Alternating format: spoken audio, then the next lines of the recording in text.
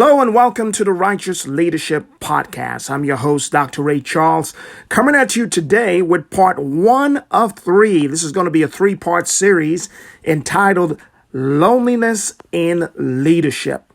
Now, COVID-19 certainly has caused isolation all across the globe, but isolation, ladies and gentlemen, does not necessarily have to equate to loneliness. Hence, this 3-part series entitled Loneliness in Leadership. Enjoy part 1 of 3. So today's topic is about leaders operating in isolation, and this is a counterproductive approach to follow for senior leaders. Sure. There are many senior community leaders, business leaders, political leaders, and so on and so forth. And the first question we should ask about is, why should we care about leaders operating in isolation? Why we should care about leaders being lonely? Sure. You know, Dr. Askett, the basic metric of leadership is followership. The size of your followership is a measure of your leadership. So if you're defining yourself as a CEO, you're defining yourself as a pastor, or whatever leadership title, and you look back and there's no one following you, then you're not a leader. That's questionable. So when you operate in isolation, that goes totally against the whole concept of leadership. How do you make of people's comment who says that one of the prices of leadership is loneliness? That's true to a certain degree. And I would just change the word loneliness to being alone. And I'll share with that what I mean by that in a second. You see, there is leader development, and then there is leadership development.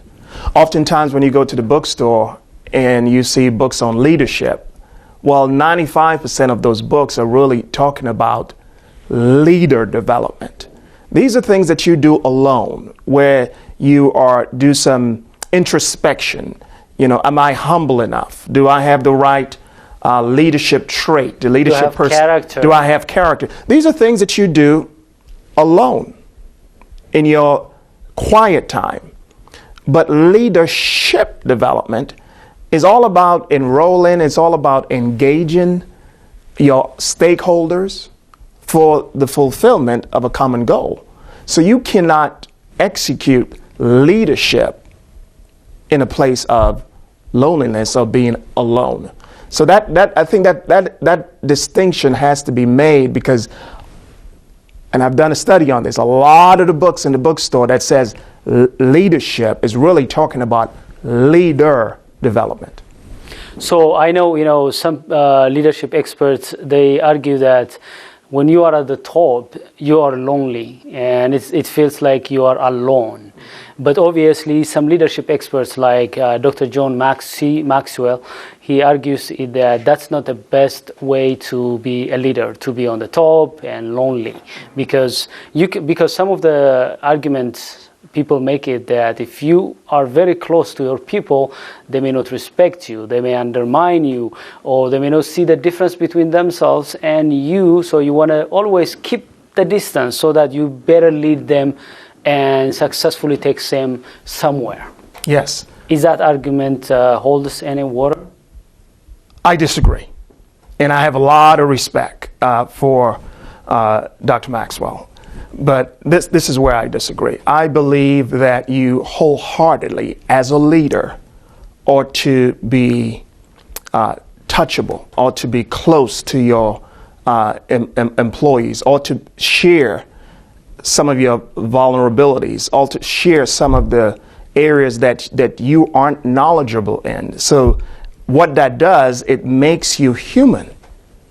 There's a principle in management called the RACI principle. That's RACI, where R stands for what are the roles for your flock? What are the roles for your tribe?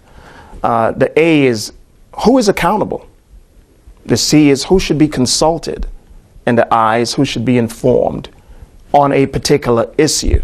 Well, if you as a leader want to stay back and have a distance and feel like you have to have all the answers on a particular issue, you're really cutting yourself short on the potential and the creativity within your organization, because there's some folks that may want to step up to the plate and say, you know what, I'll be responsible, or I'll be accountable.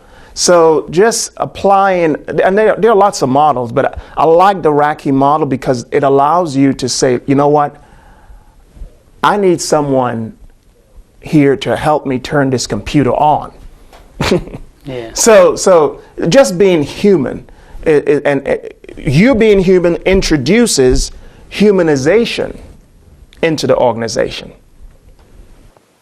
I like that. By the way, maybe I misled you, because Dr. John C. Maxwell, he agrees with you. He says that you have to be closer to your people. Gotcha. And you should not be afraid of being closer to your people. He disagrees with leaders who are thinking that being alone or being separate from their people is important for them to lead effectively. But there may be some occasions where you may need to be alone. Yes. In the past, we have seen leaders finding themselves in a very hard place where there may be, their voters against them, their advisors maybe against them.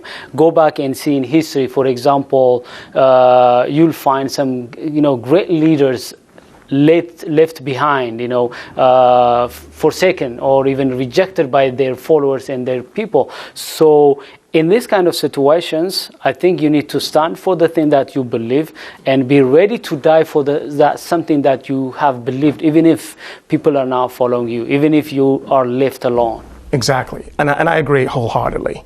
One of my sayings is, as a leader, oftentimes you're the go-to person. Your stakeholders are going to you, your employees are going to you, your vendors are going to you, your peers may be going to you. But who does the go-to person go to? Interesting. In their time of need. So I agree 100% that there are situations where you need to be alone, but at the same time you also need to find that safe space where you can vet this FUD, if you will. And I'm sure you're familiar with FUD, that acronym: fear, uncertainty, and doubt. It's all going through your mind, and you don't necessarily want to share that fear, that uncertainty, and doubt to the people you lead. To the people you lead. Maybe you need to shield them or protect them from that kind of.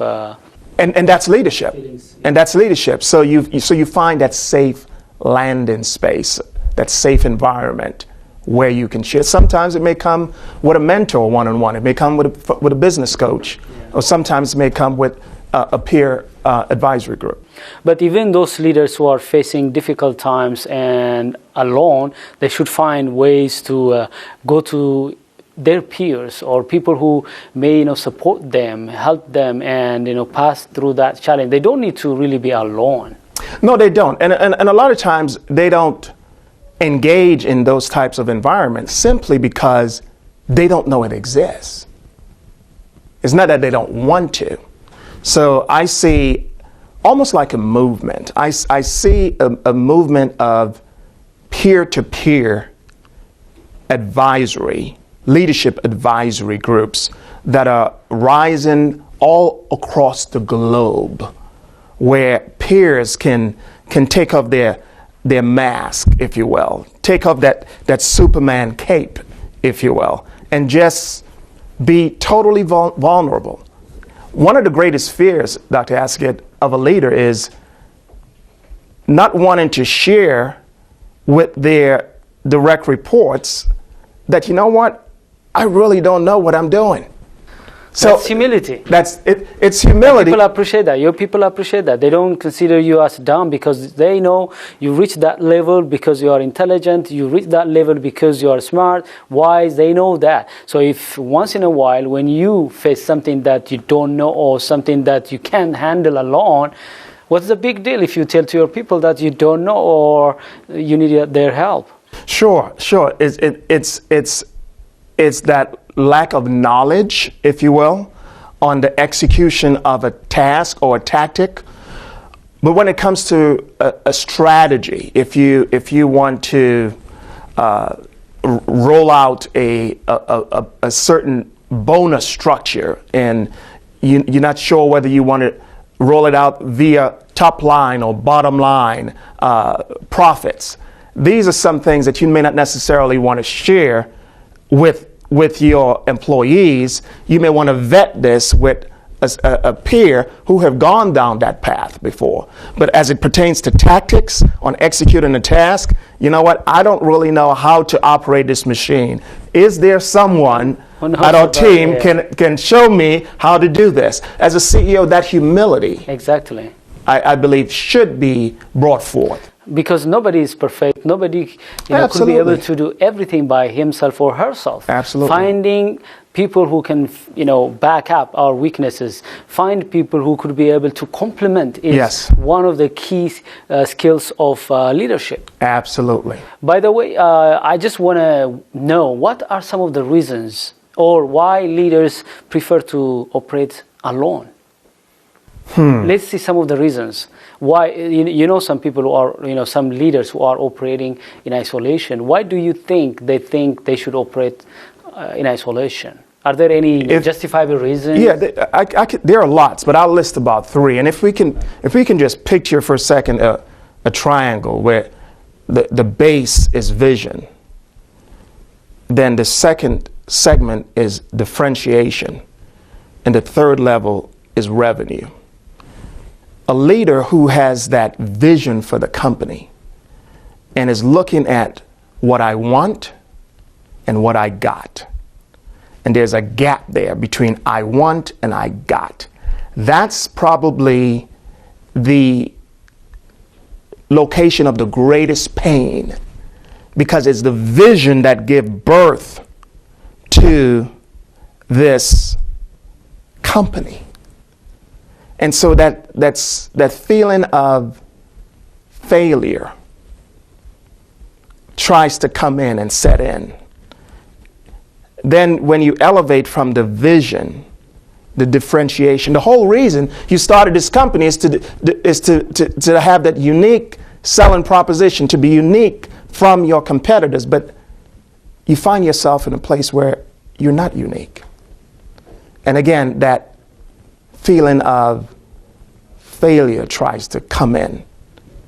And the one that we all talked about, the one that we all see on the newspaper, the one that we all hear on the Wall Street Journal, etc., is the revenue. But I see that as more surface.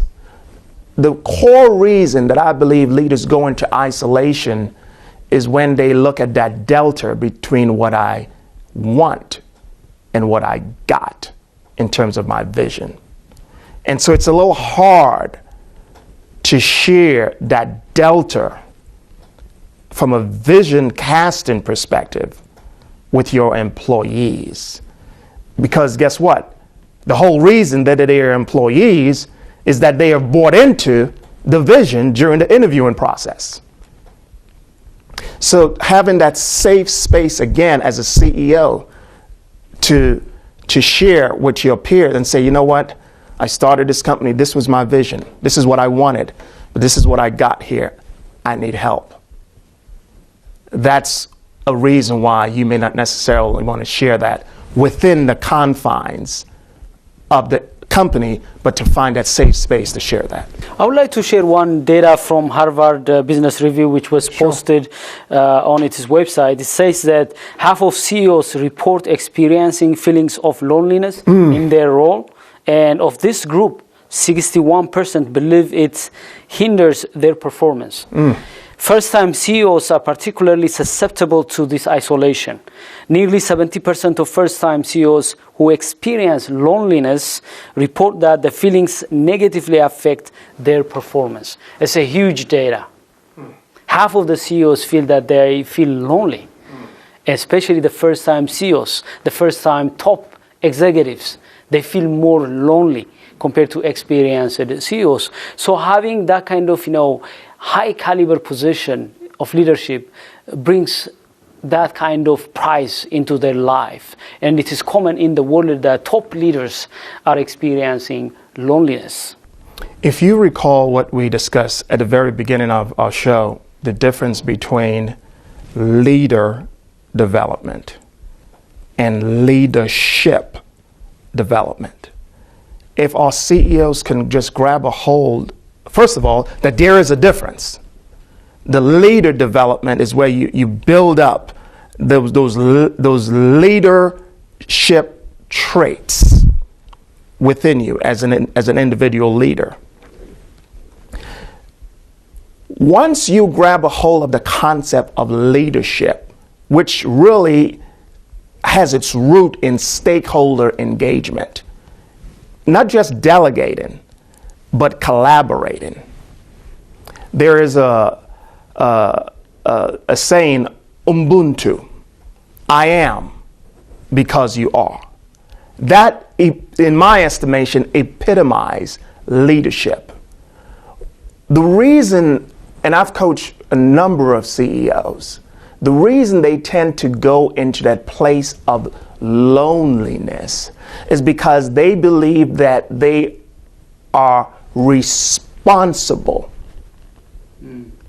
for the execution of that initiative. I've heard it time and time again on a one-on-one and in groups. So rather than collaborating, they feel that this is their responsibility. If it fails, it backfires on them, it reflects on them, and so on and so forth. Right. And again, if we go back to the Rocky model, we're not going to go through the whole thing. I'm just going to look at two letters, the R and the A. The R is responsible. The A is accountable.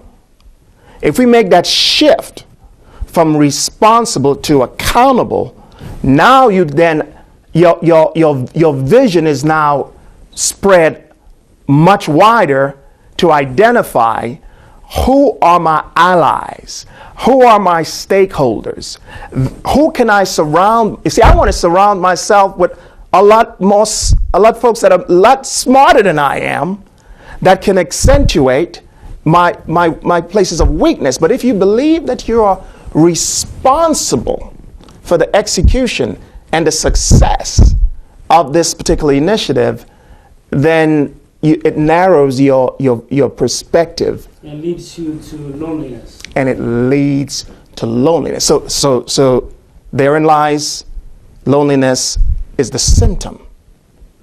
You see, we talk a lot of, the paper talks about the symptom. It doesn't talk about the root. Root cause, yeah. The root cause, number one, is a lack of distinction between leader development and leadership development. The root cause is a distinction between being responsible and being accountable. What about other types of leaders? For example, yes, I understand that because of the lack of this understanding, some leaders may find themselves lonely. But what about some leaders thinking that, okay, if I open up, if I bring people closer to me, they may know the secret of the trade, they know what I know, and then I will become irrelevant. So it's better if I isolate myself away. And also, some people may think, some leaders may think, hey, if I fellowship with others, of course, if a leader is smarter, that's how he does. Like you said, I bring people who are smarter than I am. But for some people, bringing smarter people closer to them may mean that they compete with them. And they don't have maybe the confidence, the security that they can't really compete with this kind of smart people. So what about this kind of leaders who think that bringing people closer to them makes them vulnerable, makes them less competitive? There's a great book out there. It's called Blue Ocean Strategy. One and it talks about the red ocean and the blue ocean. And without going into too much detail because our time is limited, the red ocean looks at someone as a competitor, and I have to hide and I have to protect myself. I think that's what you're referring to, that type of leader. I have to hide, I have to be alone. Yeah. I should not share my secrets. I should not share my competitive advantage, because if people know about them, then I will become irrelevant. Of course, this is faulty. I don't believe in that kind of approach. Sure. The blue ocean perspective says, okay, I do have my trade secrets patented or copywritten. Why not share? And that, what about the possibility of that being a competitive advantage? Maybe that opens a door for Ubuntu. Maybe that opens a door for collaboration. There's in the 80s, there was a word that came out in the business world called co-optation. It's a clip between collaboration and competition. I think co-opetition is more of the other mindset, where it's more of a possibility mindset. The protecting and guarding yourself against being hurt by a potential competitor, in my estimation, is a limited mindset. Now, you notice I said, once you have your trademark, you have to do your risk management. You have to protect yourself. But once you've done that, why not share it? Why not share it? Because at the end of the day, it's beyond our company. It's our environment. It's the investment. My mantra is keep investing in people. Don't just keep investing in your employees. Keep investing in people. Invest in your employees. Invest in your community. And maybe that neighbor in business that is a quote unquote competitor, they may partner, which is another synonym for the collaboration, which is of the same family of Ubuntu. See, that's a whole nother mindset. And we sort of have to break out of that, because that is more in line with what leadership development. I keep coming back to that. That whole partnership, that whole cooperation, that whole collaboration is more in line with leadership stakeholder engagement paradigm versus leader development paradigm. Leader development says I have to protect myself. So it's very limited. Yeah, by the way, I believe that when somebody protects himself from other people, protects his ideas, inventions, and so on, yes, in a certain degree, yes, that's very important. You have to register your patent, you have to keep your trademark, and so on. But protecting your message, protecting your comparative advantage is a disadvantage, and it's a disservice to you, to your organization. Think about it. For example, I may protect myself. Let's say I'm a seed. I protect myself. Yes, I can remain there as one seed. Yes. But think about it. If I sow myself, if I die, I can reproduce thousands of other seeds. Yes. I can be one tree, protect myself, or release my seeds and become a forest. So this is a choice. For me, if people, when they release themselves, when they sow themselves into other people, into their communities, into their organizations, by becoming selfless, for me, they are doing a service to themselves and a service to their organization. They can take themselves to the next high. They can explode and reach the world when they share. But if they become, self is a universal law. You can't really become something significant. You can't leave legacy. You can't impact beyond yourself if you keep and protect yourself and remain alone.